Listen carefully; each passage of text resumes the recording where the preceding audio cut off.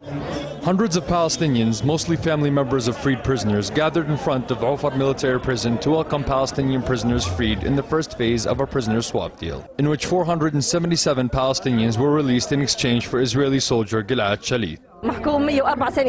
My brother was sentenced to 104 years. He's been in prison for 17 years now. I can't believe what's happening. I'm so happy, so joyful. Thank God.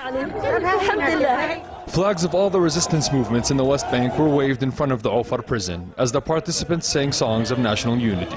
The prisoners were taken to Al-Muqata'a, where they were received and welcomed by acting PA Chief Mahmoud Abbas, along with Hassan Youssef, a leader of the Islamic resistance movement Hamas. Nothing can stand in the face of a free will. There are still prisoners in the Israeli jails, and it is our people's obligation to free them. I feel a state of victory. Families of the freed prisoners celebrated the release of their loved ones in front of the Ofar prison in the Muqata'a and Qalandiya checkpoint. This is an indescribable feeling to be finally freed after 10 years in prison. I wish for the freedom of all prisoners in Israeli jails.